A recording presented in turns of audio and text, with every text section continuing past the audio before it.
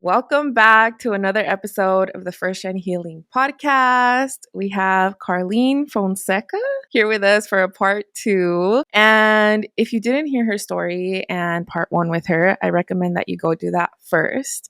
But in this episode, it's kind of like a continuation, but we're really focusing on something that Carlene kind of brought to the table, and I was like, oh my God, this is such a good topic, which is healing out loud. A lot of our ancestors or grandparents, our parents use silence as a survival mechanism. So I feel like that's such a cool topic to dive into. So hi, Carlene. Welcome back. Thank you so much for bringing this topic to the table. Yes, thank you for having me. I'm excited. It's my favorite thing to talk about is breaking cycles. Woo! Out loud también, which I think is like Out a new, loud, see, yes. Yeah. I want to mention, I know that you did a TEDx talk. And so that just gives like a little, just saying that, gives people and listeners insight into how out loud you're willing to heal, right? How out loud you're willing to say your story and share. So yeah, where should we start when it comes to going from that shift of knowing and internalizing silence and feeling like maybe that's the safest option, the best option, the one that's going to keep things okay, and then shifting into like, no, actually, I choose different. Mm-hmm. Absolutely. Priscilla, like you mentioned, our ancestors and even, ourselves, silence sometimes is a means of protection, right? Of protecting ourselves from the outside world, outside influences, of our own self, right? We protect ourselves from our own self. So we internalize and we silence. But when it becomes a problem or like a negative is really when we have to address it, right? And the first step of acknowledging a cycle, like a negative cycle I had, was to accept it, right? Acceptance is huge when we're talking about recognizing patterns. Maybe it's like addictive things that are no longer serving us, right? Or people that are no longer serving us. It's being whether they're family or not, it's being able to accept that. So I had to do a lot of work around acceptance when I first started. Because you can't change something if you don't accept it, right? Like if you don't believe or truly understand that it's part of your world and you want to shift it, then it won't change necessarily. Why do you think, and you mentioned something so interesting, like even silence or hiding things from ourselves. Why do you know maybe that we do that as humans? Like why do we hide things from our own selves sometimes? I'll speak for myself. I think I didn't want to hold myself accountable. It was a lot easier to not be accountable for my drinking, not be accountable for my behaviors or see my part in my relationships or any of that. It protected me from not having to face myself or own up to my crap, right? Because we all have it. We all have it. So, and that's the only thing, honestly, we have control over and can focus on is our part in everything in life. Yeah. And so then when we're not accepting that, then we don't find solutions for it. Then we kind of stay where we're at. Do you think it's the desire for change that gets us to find that acceptance, or maybe what kind of like facilitates or bridges the possibility of acceptance? I think you first have to be aware of it, right? And I tell people that's the first step of anything. It's building awareness. So I'll talk about a particular cycle, right? In my family, we were silent around mental health, right? And we know communities of color live with mental health conditions more. My family in particular, like we had everything in our family, but nobody talked about it, and we just bury it under the rug and just keep moving on with life. So I became aware of the mental health conditions I was carrying, right? Like 95% of people who are victims of sexual abuse end up having like PTSD, right? So chances were I was gonna have PTSD, right? I started feeling like, uh, even before I had my daughter, I would have a dread that comes over me. I talk about like this dread, Okay. this feeling like a cloud, something bad is going to happen, like my mood, like just myself tightening up, and like this sense of like negativity coming over me. Um, Mm. so I started to explore like, where is all of this coming from, right? And so that's the first step, is awareness, like noticing something, and Mm-hmm. then we can work towards acceptance, right? Okay. But it takes time, and it takes skills, and it takes effort, and it takes other people for us to like move through that cycle. And Yeah. like I tell people, it's a journey, right? Just Right. because you're aware of something, you accept it, doesn't mean like it's going to change tomorrow. Yeah. But giving yourself grace in that time. Yeah. Okay. So awareness, acceptance, and where do you go from like silence to then sharing it, or like how does that kind Mhm. of play into the picture? Yes. So I told you before, I almost died in silence, right? With my mental health, with my addiction. So I knew I wanted to do things differently, and I wanted to, as soon as I got sober, I started sharing my story, like as soon as it Yes. happened. And that's hard to Okay. do because most people relapse, right? Like you return to Mm-hmm. use at some Uh-huh. point, right, when you become sober. And through the grace of God, I've been sober for 28 months now, maybe. But I knew to hold myself accountable. Remember the accountability piece. I Mm-hmm. knew I wanted to share that with the world. One, to hold myself accountable, but most importantly, for people to know like they're not alone, and that you don't have to Mm-hmm. hide your story and yourself for Mm-hmm. acceptance, for people pleasing reasons. Like you just don't have to do that. I'm like, I already almost lost the world. What else is there to lose? Right? Like Yeah. I'm Yeah. living for myself this time. Just talking about it from day one, I just started openly talking about it, even though it was hard. It was really hard, but Mm-hmm. I knew that's what my calling was. I knew God didn't put me through all of that to say, like, Carlene, it ends here. I knew He Okay. did it so that I can help the next person who's sick or suffering. Mm-hmm.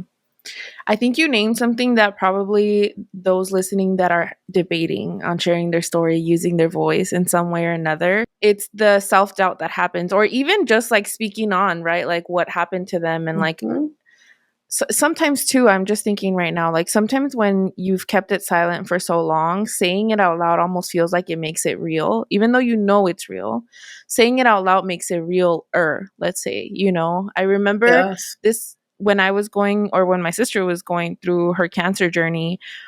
It took me like 6 months to be able to say my sister has cancer. Like I Mm-hmm. was going through, obviously I knew it was real. Obviously we were like, she was going through treatment, and I was like Googling all this stuff, but to say it out loud was like horrifying because it made it real. So I know that's a little bit of a tangent, but it's like, okay, that also makes sense as to why sometimes we won't speak it. We won't go to therapy on it. It's because it's like it shifts it in some way for some of us. Yes.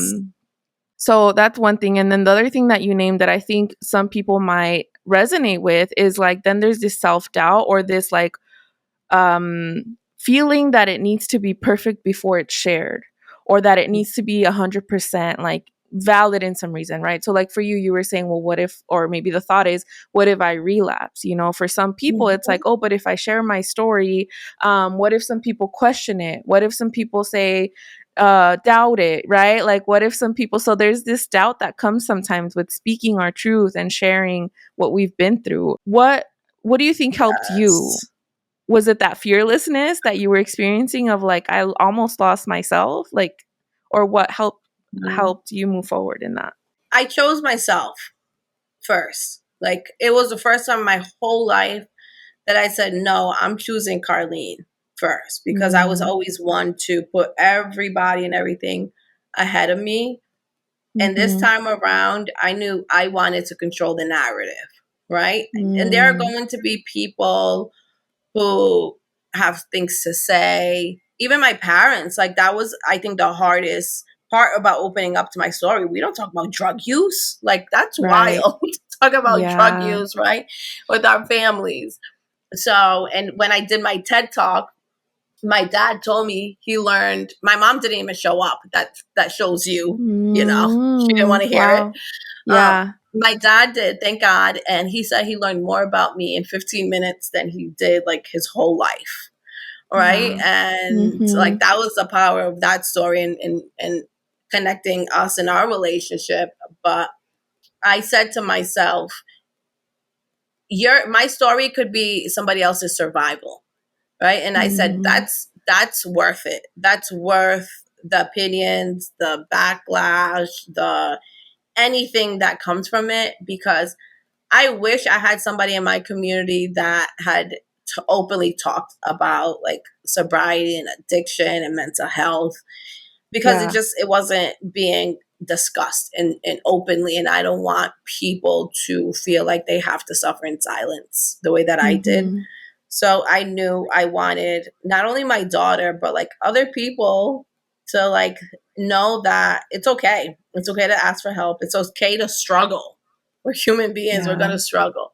Right. And to Yeah. not carry that around with you by yourself. You mentioned like the fear of el que dirán, right? Like what will people say? How will they interpret it? And then saying like, okay, I want to control the narrative. I imagine though, as you're sharing your story, I feel like sometimes people say the weirdest, randomest, like out of pocket things, and you're kind of faced with like there was a boldness within you, and then when you receive the feedback, it's like, this was what I was fearing maybe, or this is what I didn't want to hear. Did you find yourself experiencing that? Yeah, absolutely. And until this day, I experienced that, right? Like when people ask me what my drug of choice was, and I'm like, cocaine. And they're like, oh, you were just a party girl. Like, it was nothing serious for you. And I'm like, I try, it bothers me when people say that, because I'm like, I almost killed myself and my daughter in the process. Like that's something I don't play with. Right. But I try to, give it back to them, and that's for them to hold. But Okay. even like my childhood and things I experienced, like I'll go back and I'll tell my mom about it, and she says, oh, like it didn't happen like that, or like you're making that up, or you're exaggerating. And I'm like who would exaggerate that? So it's I still hear it all the time. And if you're going through that, I'm sending you love and saying sorry that you are going through that, and that I believe you and I hear you and I feel you, and you're seen. And I just want people to know that not everyone is going to be by your side. Yeah. But I'd rather let other people down than let myself down in my integrity for speaking my truth. And that's the price you kind of have to pay. Has there been unexpected people or that you've lost along the way? I had to cut people out. Like I have a big, strong family, but we come together, we drink at funerals, we drink at baby showers. So like I just had to cut off like most of my family. Like I didn't, besides like maybe talking on the phone or texting once in a while, I had to live with myself and my daughter. It was like me and my daughter for like a good 2 years. Okay. That it was like just us. Even my parents, I had to set like boundaries with them. But I had to cut out most of my extended family, because Okay. I couldn't be around the lifestyle that they were, right? And I had to kind of take a step back from them and what I always knew, to find myself and what I truly want. And sometimes like that's what we have to do. Okay. So it really was like, I'm doing whatever is best for me in this moment, no matter what it takes. It sounds like, right? Yeah. Yeah. And it's not easy. Like, especially with our family that, like I know why sent Carlene around, or is this a trigger for her? And like I wasn't invited to places, and Like, like Mm-hmm. and what I will say is, like, those people who want to be around you will continue to be around, and I'm still, like, I can say, like, I'm still, like, really close to a lot of people that I previously was close to, right? It's just a different relationship now, one that serves us, Mm-hmm. both of us, right? And those Right. relationships that fizzled out, it wasn't meant to like last that season or that period, and, like, I'm okay with that, you know. Yeah. Okay. You mentioned also like or in what you wrote, it was like the fear and the freedom that comes from telling your story. So I think we're talking a little bit about maybe the fear and then like the potential outcome. How did you start, or when did you start to experience the freedom from like speaking your truth and telling your story? I think it happens simultaneously, right? It's like therapy. The more you talk about your story, the more freeing it becomes. Mm-hmm. Like, Mm-hmm. you're no longer suppressing it inside you, it's out there, right? Like, have you ever had to, like, write an email that you dreaded, and then once the email was done and sent, you're like, whew, I can breathe, right? Or Yeah. done, like, that Yeah. hard thing that you had to do.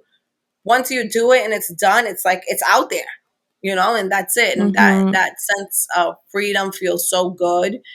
And it's also therapeutic, like sharing. Everyone has a story. Every single person walking this earth has their own story. And and the more that you share it, the more we're open. I can almost guarantee you it'll feel more therapeutic in your life to, like, open up and share. And yes, Mm-hmm. I want to acknowledge again, it is extremely hard. It's a extremely courageous thing to do. Um, but I had to ask myself, what's the alternative? What's the Okay. alternative? Holding it in, keeping it to myself, internalizing it, holding on to that guilt and shame, right? Like, what's Mm-hmm. okay? A couple of people will, comment, and, I may lose a couple of friends, but my peace of mind, like, that outweighs everything. And I just had to, I came to that place in Yeah. realizing that. Yeah. I'm thinking of two different scenarios, right? I imagine there are some people listening and like maybe they don't see themselves talking on a stage, but they're at that step of like talking to a therapist, going to coaching, telling friends, rewriting the story with family of like, this is what I remember, this is what happened, or, I'm imagining those people. And I'm also imagining those that are ready, that are saying, like, I want to share my story and help others. I want to maybe do it on a stage or maybe do it on a podcast or things like that. And so I guess I'm trying to think of like what questions they would have or what they might find themselves thinking. One of the things is like in order to share it for other people, you say it over and over, right? Like you say it multiple times. What does that do for you? Like does it help you? Does it change you? How has that experience been to have the opportunity to then share your story not just once but in different ways with different people? Mm-hmm. So I'll answer the first part of it. So, say, like, Maya Angelou says the greatest agony is, like, the untold story inside of you, right? Like, there Mm, are certain things that eat you up. And if mhm. you're not at the point where, you want to go on a stage and share your story, you can also, like, journal it. You can use your phone and do, like, an audio note. You can, if you're creative, like, some people turn Mm, their story into music or an artist, like an art piece. So whatever mhm. means of expression that we have, Mhm. like, figure out what your mean of expression is, because we all have one, right? We all, like, Mhm. gravitate towards something, and try, like, start there. Start I whatever that love looks like. that. You don't have to share it with Yeah. anyone. It's for you. This is for you and getting it out there. Yeah. And then the second level to that is, if you've done that, you're ready to, like, share your story. The best advice I can tell you is to just get started. There's never going to be, like, a perfect moment or a perfect time. I'll tell you a story about my TEDx talk. I have office space at this building, and I saw the poster, and I'm like, Mhm. TEDx, like they're coming to Providence. That's cool. I'm like, I'll never, get there. But I said, let me just put my name out there. So like they know for like the next year, like 5 years down the line, like they know me, right? Okay, And so yeah. one guy called me and he was like, yeah, like you were one of the top rated people. I said, me? And then, Wow. and Yeah. then he's like, you have a month. I said, a month to do it. Right. And I said, like, you can't read off of like a teleprompter, cards, nothing. And I'm like, oh, Okay, yeah. okay. So like I have to do Wow. it. Yeah. So like I just want to tell you it's never like the right time, but I was preparing myself for that moment because whenever there's an opportunity to like talk to kids, like kids are the best like place that you can start to work on like public speaking or sharing your story, like Mm, youth, mhm. right? Whether it's Mhm. middle school. I went back to my middle school class and I told them like my story. And I'm like, can I talk about like mental health and drugs? I Yeah. asked my sixth grade Yeah. teacher, I was like, can I talk to them about that? They're like, yeah, we grew up in the same community. Some of them live on my same street and they probably Mm. experienced the same thing. And Mhm. so like I talk to them openly. I talk to, you can hear the fire Wow. truck.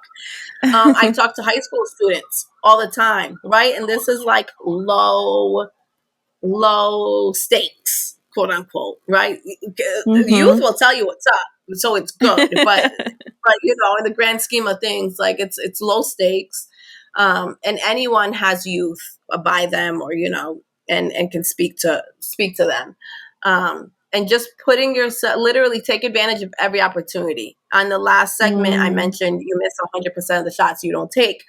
So Mhm. reaching out to people, I do a lot of free speaking events and opportunities because it's a way to practice, it's a way to network, it's a way to get my name out there.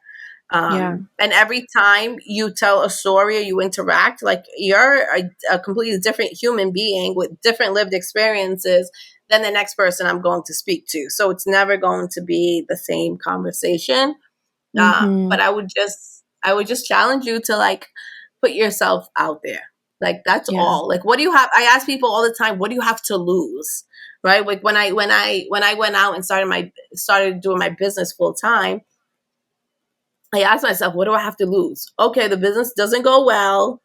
I can easily go back to 9 to 5. Right? Like I kept Right. telling myself that. I was like, I'll just go back. But what's the alternative if I don't even try it? Like I wouldn't see this side of freedom, this side of Yeah. Carlene that I knew existed, right? So I Yeah. just what's the alternative of like staying the same? Yeah.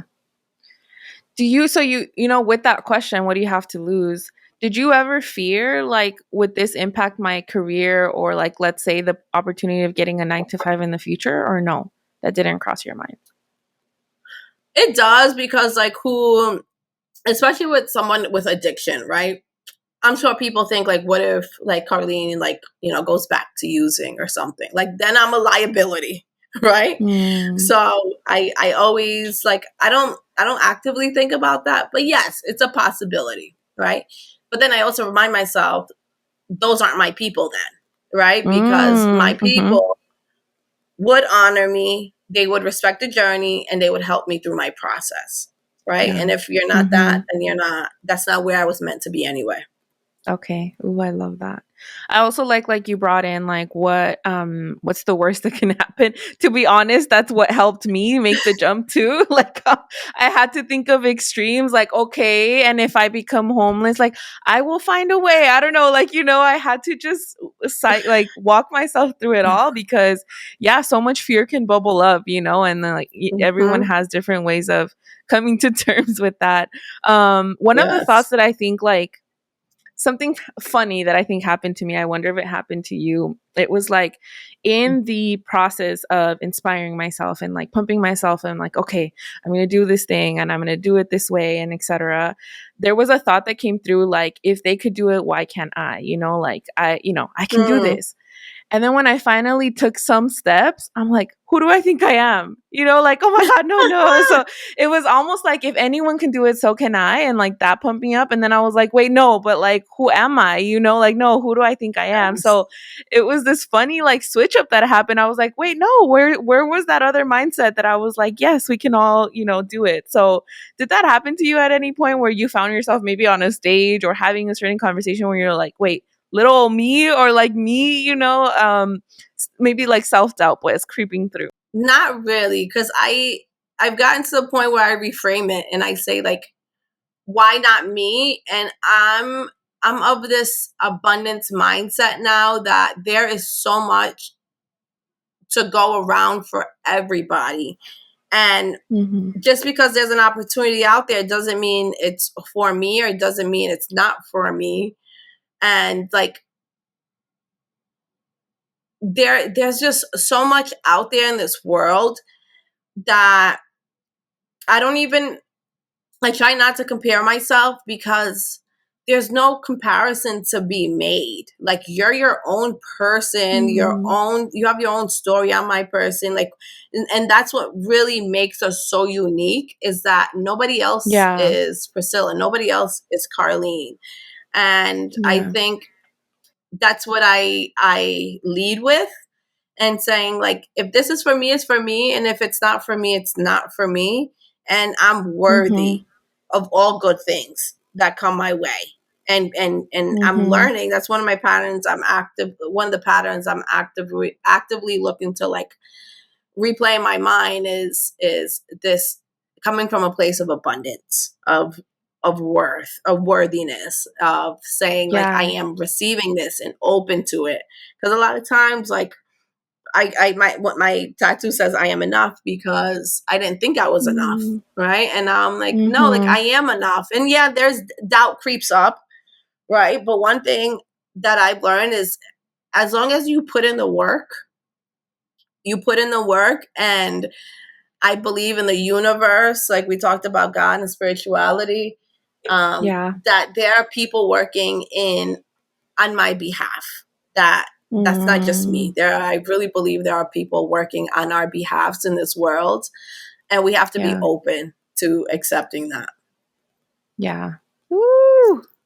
Yes, I love that that like you know, you're mentioning abundance mindset, and I think like that's something that stepping outside of my 9 to 5 really gave me. I imagine like it also opened your eyes to it too, and it's so crazy because if you like sometimes we can be in such we can't have such a limited perspective of what the world is and what is Right. available for us, right? I remember like there was a moment in time where my 9 to 5 was like, no, I have to make a good impression on this person because they are a director. And like, and now thinking back, I'm like, oh, silly little Priscilla. There's like millions of businesses and directors and thousands of opportunities. You know, like there's so much out there. But, you know, Yes. our conditioning, our family's conditioning, societal conditioning can make us feel and just our lived experience, right, can make us feel like we are in this bubble and that that's all we have to exist within.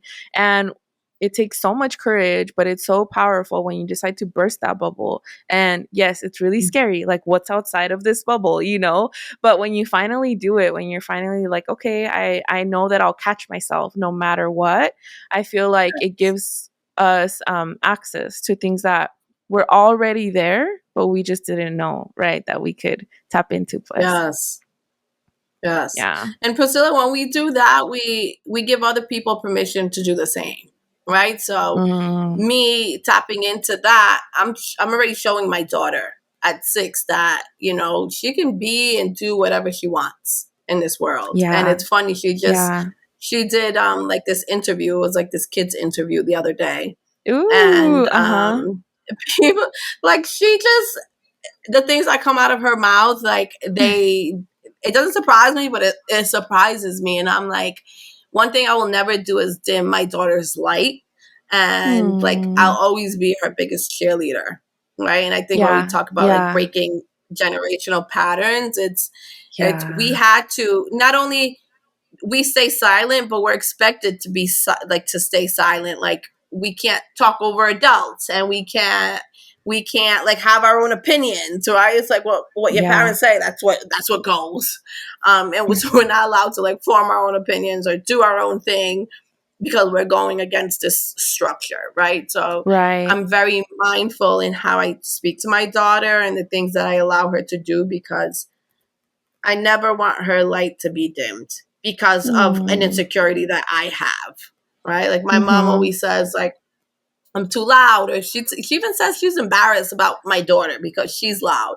And I'm like, that sounds like a personal issue, right? And something projection. that something that you're projecting onto her. There's nothing wrong with her, it's you. So I have to remind her of that. And then I tell my daughter, I said, don't listen to her.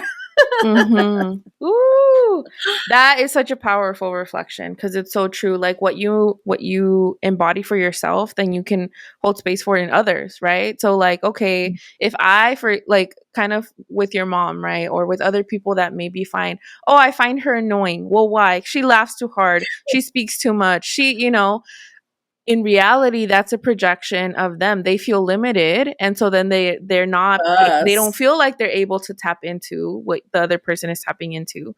So how cool that, like, now, since you recognize, I don't want to dim my light, right, and you're giving yourself opportunity to like express it, now you recognize, what does it mean to dim someone's light, like your daughter's, right? So maybe it's cheering her on rather than being like, like, why would you do that? Why would you waste your time? I don't have time to support you with that. It's like, no, I want you to shine your light bright. Here's how I'll show up for you.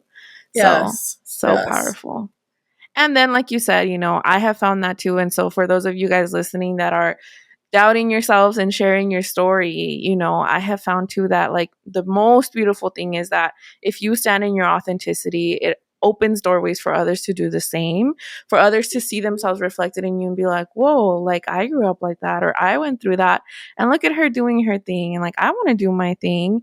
And I think that's like such a rewarding thing, like to experience and to be able to gift others with, even though it's something that's free. It's like, hey, look, this is me. This is what I went through. And I still choose to use my voice. I still choose to take up space. And so can you.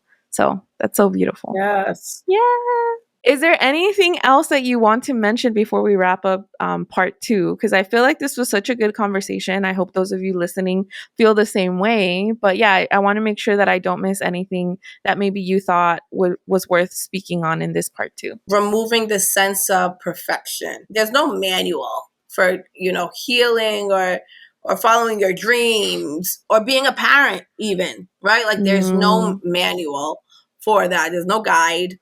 But the fact that you're aware of patterns and what you need and what you want and that you're trying, I just want to tell you, like, that's enough. And I want to tell you that I see you, I feel you, I hear you, and that whatever you're experiencing and going through, it's like it's valid. It's valid. And if you are the person that is breaking the cycle in your family, or if you want to be that person to break the cycle, I want you to know it doesn't mean that you have to be perfect, or that things will be perfect. It just needs to look like you're being conscious of it and giving yourself compassion, and asking yourself, what is it that you want to pass down? One thing I do often is think about death.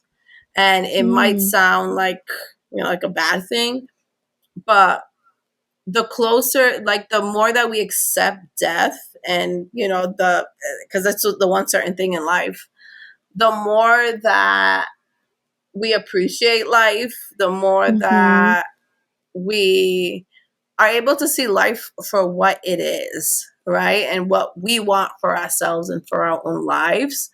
And what we want to be remembered for, not only for others, but first and foremost, like for yourself, right? Like I mentioned writing letters to your 8-year-old self, but also like another activity you can do is your 80-year-old self, right? Like your 80-year-old self writing to you now. And are there opportunities that like you're not taking advantage of? Are there hobbies that you want to try? Are there people you want to meet? Or do you need to get out of a relationship, a toxic relationship? Do you have to like stop negative habits that you're doing. So Yeah. just knowing that it's a journey. Life is a journey, and it doesn't have to look perfect or pretty for you to go through it. And that you are, just by listening to this podcast, you're breaking the cycle. Like literally listening to this podcast, you're breaking that cycle, because it tells me that you want to be better, you want to do better, you want to leave this place better than how you found it. Yeah.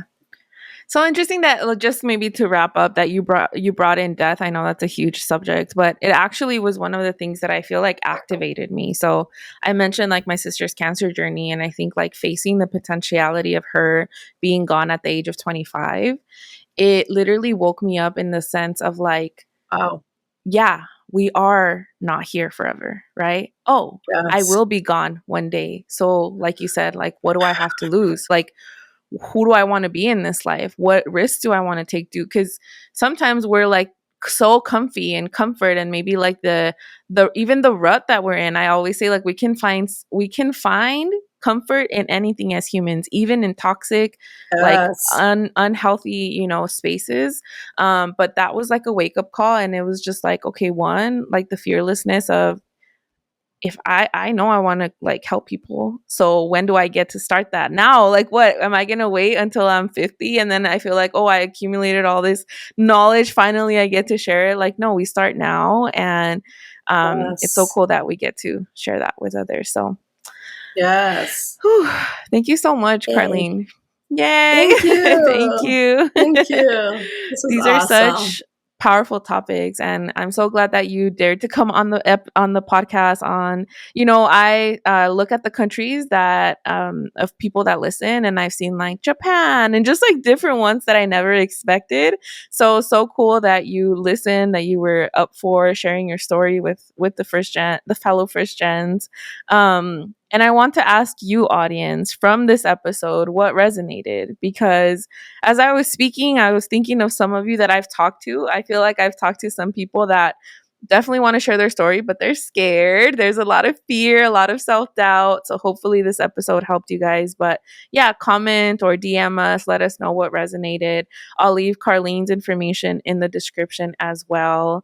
And any last words before we say goodbye to today's audience? Life is hard.